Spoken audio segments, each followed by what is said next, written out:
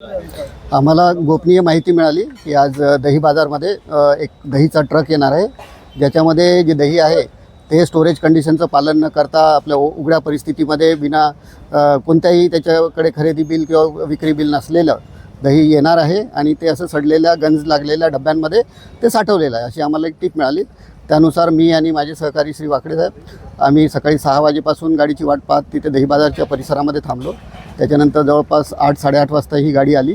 ती गाडी आम्ही पकडली, तिथे गाडी थांबवली आणि त्या गाडीला पुढील कारवाईसाठी आम्ही आमच्या ऑफिसला घेऊन आलो।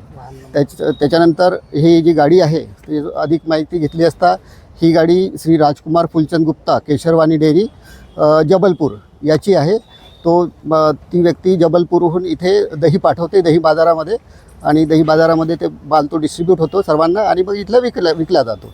आता हे काय डिस्ट्रॉय केलं जाणार? हो, हा एकूण जो आहे ते 277 टीनमध्ये दही आहे, जे रस्टेड टीन आहेत।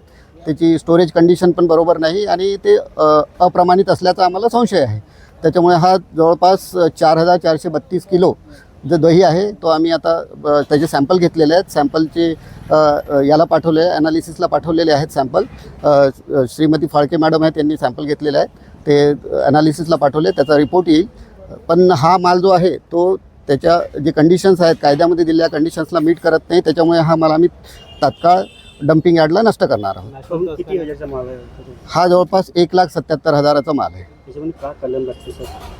याच्यामध्ये अन्न सुरक्षा कायद्याचे भरपूर कलम लागतात। कलम 26 लागते, कलम 27 लागते, कलम 31 लागते, कारण याच्याकडे अन्न पदार्थ वाहतूक करण्यासाठी कोणताही लायसन नाही, फूड अँड ड्रगचं कोणताही लायसन नाही त्याच्याकडे, ते एक याचं कलम लागते। बाकी अन्न सुरक्षा व मान्यता कायद्याच्या विविध कलमांनुसार त्याच्याविरुद्ध कारवाई घेतली जाणार आहे।